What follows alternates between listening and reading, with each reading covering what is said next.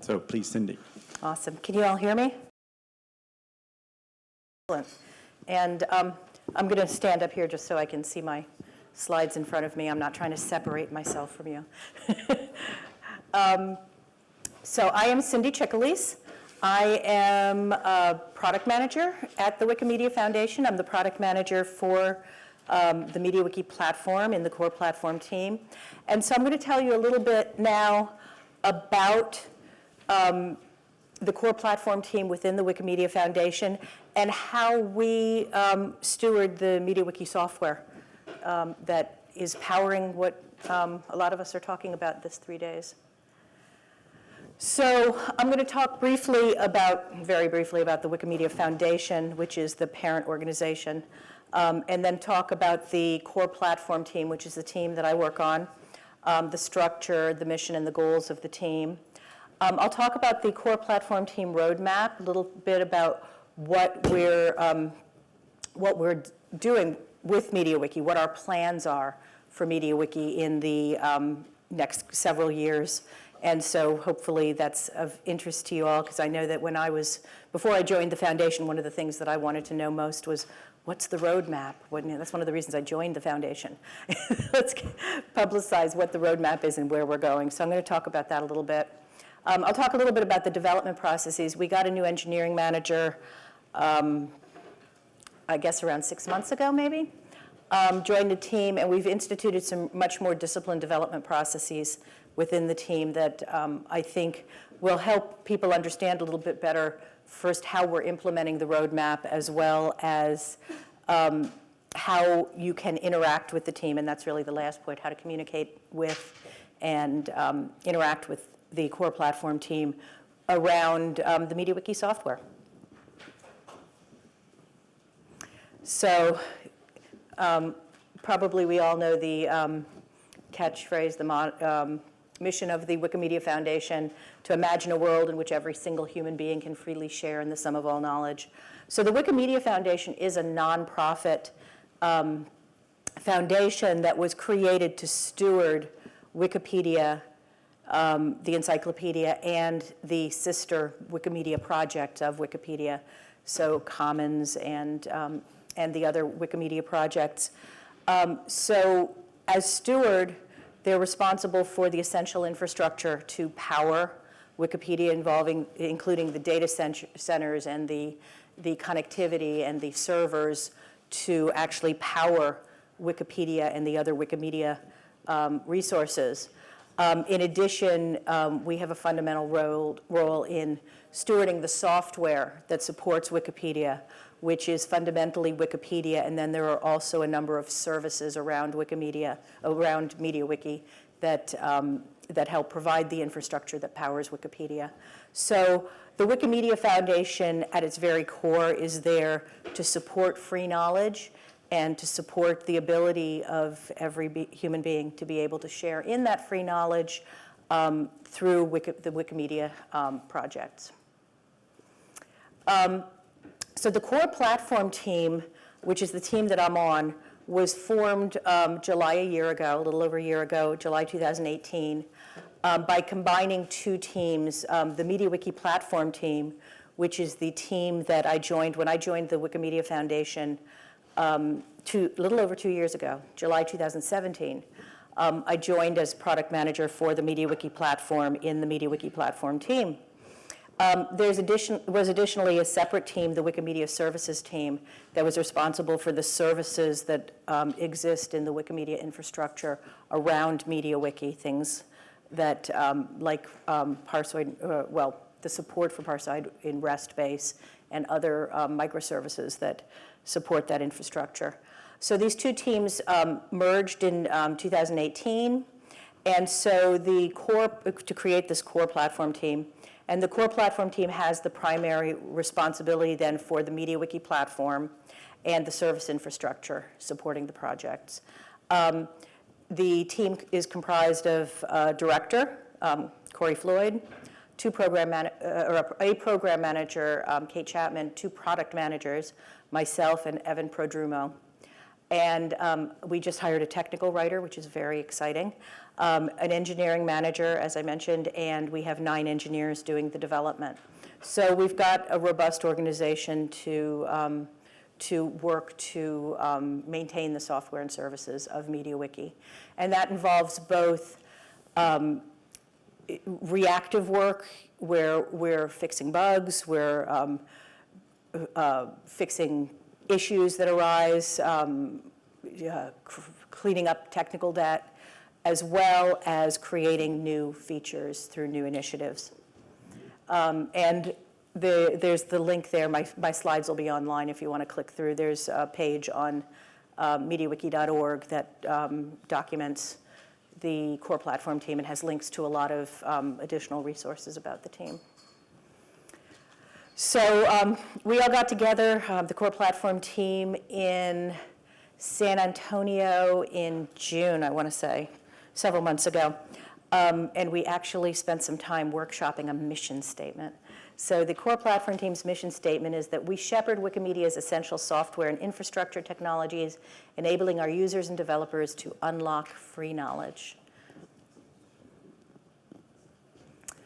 I'm not going to read all of these, but we also, you can find these on that core platform team page on MediaWiki.org. We have a list of goals for the team that we try and strive for. And I'd say the important things to note here is that we are striving to have excellence in software development for the development of the platform, in establishing guidelines for the use of the code, and developing and maintaining a roadmap, a vision for where the software is going. So, and I'm going to click on this if it lets me. Is it going to let me click on this? There is a roadmap, and this is going to be scary. Or nothing. There we go. So there's some software called RoadMonk. I don't know if y'all have ever used it. We started using it to manage our roadmap. The link is in the presentation if you want to delve in more depth into the roadmap and what the tasks are that make it up, or the blocks of projects and initiatives. This is just a web view of it, and unfortunately it truncates all of the tags at a particular width, so it's not terribly useful. But it gives you sort of that 30,000-foot view of what the roadmap is. But because that's not too readable, I have it there in case you want to refer to it and look and see what the constituent parts are. But I broke it down more into the pieces, some of the key initiatives that are on our plan. Now, in the last couple of years, the Wikimedia Foundation has gone through a strategy process, the 2030 strategy, coming up with a strategy for how the movement as a whole, which is not just the software, but it's the community and the projects, how they are going to evolve towards the year 2030. And then after that, the foundation, following the goals in this emerging 2030 plan, came up with a medium-term plan for the Wikimedia Foundation, as opposed to the whole Wikimedia movement. And the medium-term plan is a 3 to 5 year plan for what the Wikimedia Foundation as an organization will be doing. And so the initiatives in the different sub-teams and departments within the foundation are all geared towards supporting that medium-term plan. So in this roadmap for the team, we have worked to align these initiatives, these longer-term development projects that are going on in parallel to the maintenance of the code base at the same time. And these are things that are aligned with this medium-term plan. So many of these, the top-level bullets here are things that come out that are summarized from that plan. So one of the goals of the medium-term plan, one of the key initiatives in it, is to build an equitable build an equitable experience. And two initiatives that are going on within the core platform team that are aligned with that goal are, first of all, implementing a REST routing infrastructure within MediaWiki so that MediaWiki can actually support a REST API that's supported in core and then is extensible by extensions or other components within the software.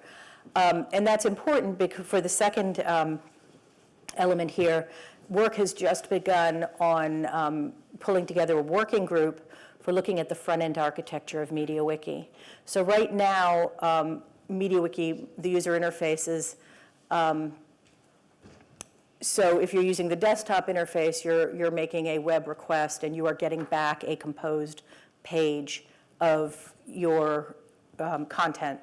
And the front-end working group is looking at ways that parts of the page, for example, could be queried, the way that a page could be assembled from component elements to allow for a more responsive design and for support in a more agnostic fashion across different platforms. So from mobile up through desktop, and also to allow you to develop custom interfaces for specific pieces by requesting just the content you need. So again, this front-end architecture working group is just beginning right now, shepherded by the core platform team, and so you can expect to see more from that in the future. The next initiative is modernizing systems for rich media and structured data. The two initiatives that we're working on within the team for that, right now there's been work ongoing for within the last year to migrate Parsoid, which was a separate Node.js service, migrating it to PHP. Originally, when it was developed, there was not sufficient performance available offered by PHP to be able to develop it there, but that situation no longer exists. So to make it more seamless and to also mitigate the issue where right now there's a PHP parser in core and the separate Parsoid JavaScript parser. And so it's a matter of maintaining two code bases and making sure that they are compatible with each other and produce the same predictable results. Well, obviously, it would be much better to have a single code base that satisfied both of those needs. So the work is going on, and it's well underway to migrate Parsoid to PHP so it can actually be part of the core software. In addition, there was a project that was initiated 2 years ago called Multi-Content Revisions. Multi-Content Revisions was a major change to the infrastructure for the way that revisions are stored within MediaWiki to allow a page, rather than having a single slot of a single content model, most pages being wiki text. Multi-content revisions allows you to have multiple slots on a page. So you could have a main slot that's holding wiki text, for example, and then additional slots holding, for example, structured data in a JavaScript format, or in a JSON format. So the MCR project was funded and was implemented as part of a larger project called Structured Data on Commons. And that was an effort to take Wikimedia Commons, take all of the imagery and files that are stored in Wikimedia Commons, and allow them to have structured data associated with them, which for those of us working with Semantic MediaWiki is a very comfortable and familiar thing that, tying data, queryable data, to concepts within our wikis. So I see a lot of promise in the multi-content revisions capability for us to look at other ways to embed structured data within a wiki. Right now, MCR, the storage layer for MCR is complete in MediaWiki, and it's already being used actively for structured data on Commons through an extension called Media Info that interacts with Wikidata. It's built on top of Wikibase. So that data layer is there. The schema changes, it obviously caused, it required some changes to the database schema, which for those of us who need to upgrade wikis means that when you run the update.php script, your wikis will get, your database will get updated. For a wiki the scale of Wikipedia, schema changes are a little bit more time-consuming and difficult. So this has been something that's been an ongoing and multi-step process in getting all of these schema changes migrated and fully implemented, and the code cleaned up so that there isn't a lot of legacy backward compatibility code that's no longer necessary as this schema migration progresses, still being carried along in the code base. So the MCR schema migration project is underway right now in my team, and they're working on that in this sprint. There's also an initiative for updating the event infrastructure within, for reporting events within MediaWiki, and that's ongoing. There's a large initiative that used to be part, there was an initiative called Platform Evolution, and a number of different key initiatives came out of that, one of this being reducing complexity within MediaWiki. There's a effort that's ongoing on decoupling in core.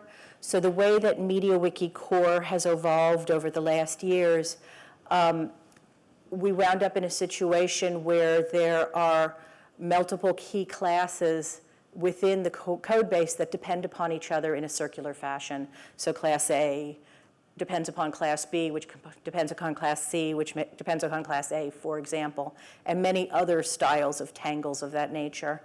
And so this decoupling initiative is an effort to break some of those tangles and to redesign the core code base so that it is a more intentionally architected as opposed to the evolution that's happened in the code base over time. So that's an initiative that's ongoing.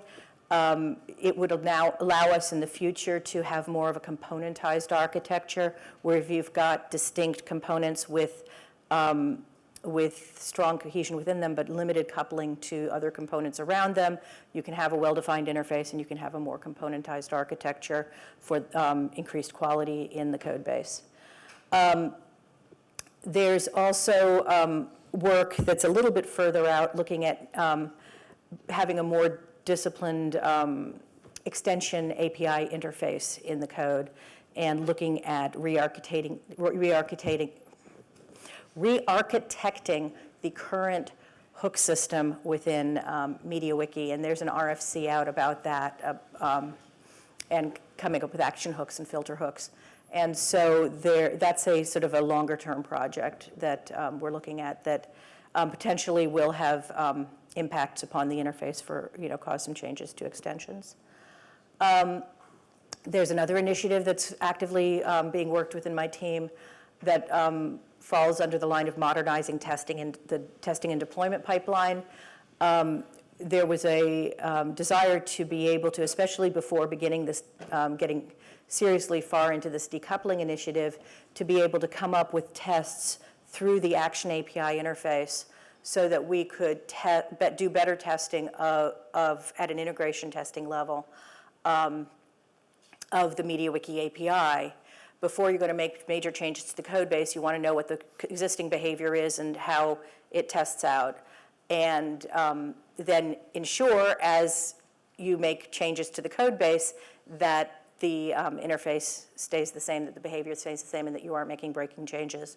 So, so there was a testing infrastructure that's created using a JavaScript-based testing tool called Supertest that now they're actively building out tests, an example test suite, and then surrounding sort of glue capability to allow Supertest to easily be used to test the Action API. And then the goal would be then, once the Action API is tested out, see whether we can also adapt this. It has a REST-based interface as well, so also test the MediaWiki REST API as that goes through its development, but starting out with the Action API that already exists. Strengthening technical equity. As I mentioned, I think we just hired a technical writer, which I'm very excited about. And so looking to have better documentation for MediaWiki, for the code base, for the surrounding, the APIs and the other testing, the tools, and everything that surrounds that MediaWiki infrastructure. So looking at creating a documentation portal. I am strongly encouraging looking at Semantic MediaWiki and the many beautiful things that a number of people in this room have done in supporting documentation and versioned structured documentation within a wiki, because I think we should use a wiki to host our documentation. Then also there's initiatives around being able to support multiple active data centers, so the ability to be able to read from any data center that's to increase performance. So one of the initiatives that we're just rolling out now is multi-data center session storage, so allow sessions to be stored in a cross-data center way so that you can actually utilize the data center that's most performant for you. And then an initiative around security. There's work currently on implementing OAuth 2.0. Our friends at Hello Welt are contracting that for our team and are doing a wonderful job in allowing wikis to be used as the authentication source provider for OAuth 2.0 clients. So that's sort of a cross-section, sort of taking all of the stuff that was in that chart and pulling out some of the more important initiatives that we're working on in the next year or so. So our development process, as I said, we got a new engineering manager. Some of the things that we sort of had in process, we were able to be more rigorous about. And we came up with what is working. Now we're only into sprint number 3 or 4 now, but we're in a process where we're using 2-week sprints and breaking people up into teams. We've got into sub-teams within our team. And we had a recognition of the need to do continuing ongoing maintenance of the code base, both bug fixes as well as addressing technical debt, at the same time that we're working on new initiatives. And so we created what's called the Clinic Duty Team. And the Clinic Duty Team is one where as Unbreak Now tasks appear in Fabricator, as bugs, Wikimedia production bugs are identified, they work on first priority on fixing those. And then if there's nothing that's on fire at that time, they also can work on some of these longer term projects for addressing technical debt ongoing. In addition to the Clinic Duty Team, we would at any time have 1 or more product teams. And so those are people who are working on a specific initiative. And then occasionally contractor teams. As I mentioned, we've got Hello Welt working right now on an OAuth, wrapping up the OAuth task and starting up with OAuth 2.0. So sub-team membership rotates. The idea is that nobody in the team will be on a given team forever. Now, some people really like being on clinic duty. Some people really like being on a product team. But the idea is to make sure that we do some cross-training and get people to have familiarity with being in either one of those different environments. So there is on Fabricator, if you're not familiar, Fabricator is the task management system that's used for MediaWiki. So I've got a link here to the main page for the core platform team project, which has some documentation there that breaks down what the different work boards that we use and how they relate to each other in managing the tasks throughout the system. And that core platform team work board is where unplanned work will land in the inbox there, and then we have a weekly, actually a series of weekly triage meetings where we meet and we go through the tasks and decide how to meet them out amongst the various different work boards to make sure that, that they are addressed. That was a much more ad hoc system in the past, and so we're hoping that that tasks that come in for MediaWiki Core are handled and addressed, and if at least responded to in a more timely fashion by making sure that we see these things as they come in. And then I have a link there to the work board that has the work in progress, that's got a work board for the clinic duty team, a work board for each of the product teams, which are named by colors right now. So my product team is the purple team, and Evan's team is the green team. There's also a work board there for the contractor work. And I should say one thing that I didn't mention earlier.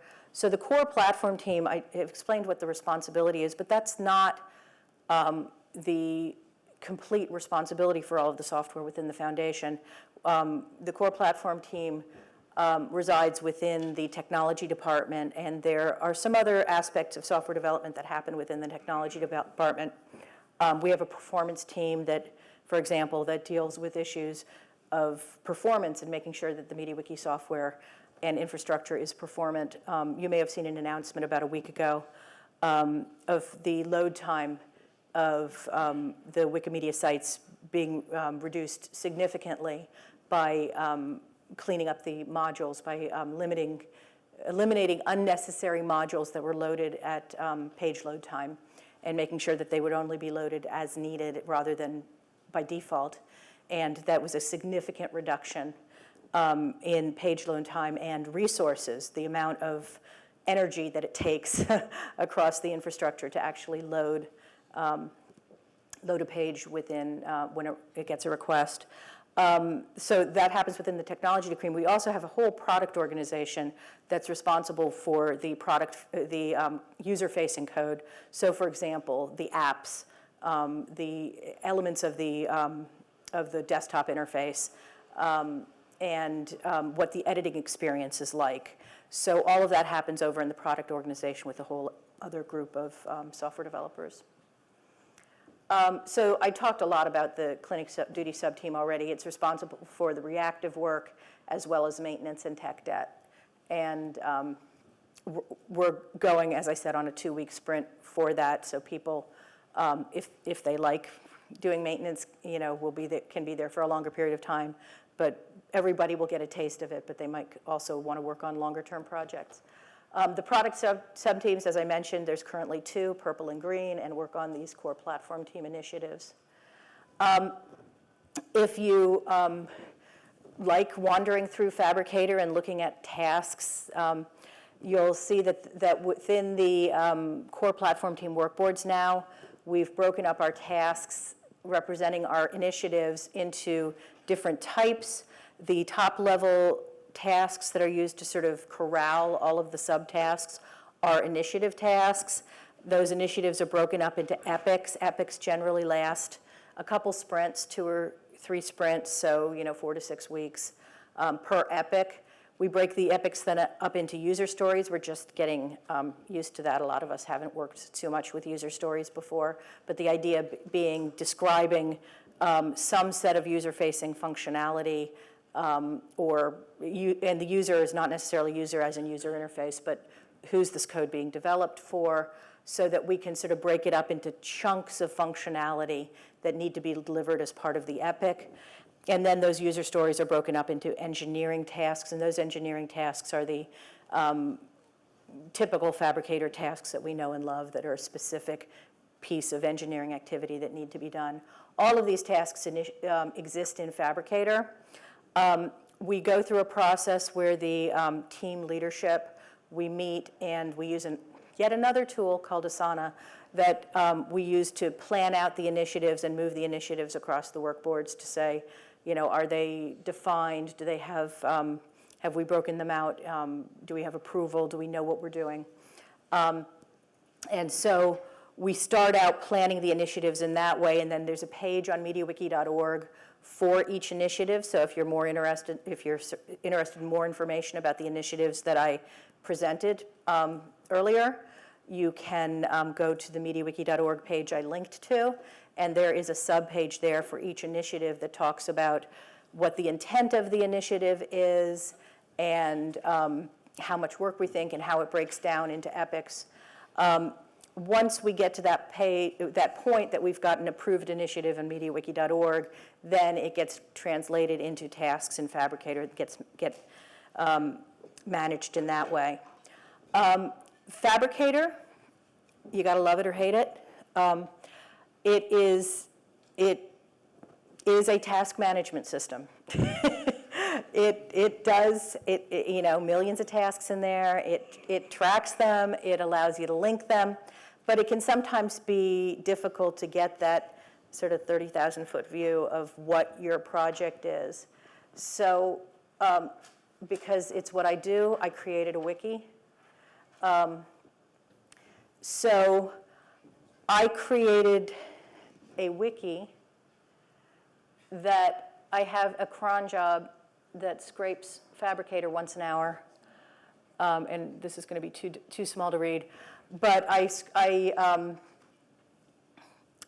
the tasks that are in the core platform team workboards once an hour, bring the metadata over, store it in the wiki, semantically tagged, and then I can query it in various different ways. So this is a graph of the representation of one of our initiatives, the MCR Schema Migration Initiative in Fabricator, but represented it's using Mermaid. It's using some Lua, using Scribunto, where I, within Lua, use Semantic Scribunto to query the pages that have been scraped into the wiki. And the reason I do the scraping once an hour is because Fabricator queries live. It's not performant, it's not fast enough, so I pull the information in once an hour. So you can see the general structure here, even if you can't read it. So this is the actual initiative box over here. These 4 gray boxes are the 4 epics that make up the initiative. The purple boxes are the user stories that contribute to the epics. And then the rest of the tasks are the engineering tasks that are necessary to implement those user stories. The ones that are blue are tasks that are already done. They're complete, but you can still see how they were necessary to satisfy requirements. The red are tasks that are currently blocked, waiting on something. The orange tasks are those that are waiting for review. The green with a solid bar outside of those are the ones that are currently in progress. And the green with a dotted outline are tasks that are ready. Those are the ones that are next up to go. So all of this structure was brought in. And another view that I have here is one where you can query all of the tasks in Fabricator that are currently open. And it then queries Garrett for all of the patches for all of those tasks. So you can see what the currently open, or actually not even the currently open ones only, but I think, actually no, this view is currently open. I have another view which even shows the patches that have been resolved. So you can see the work units in Garrett that contribute to the engineering tasks in Fabricator, and that contribute to our work. And the last slide, communication.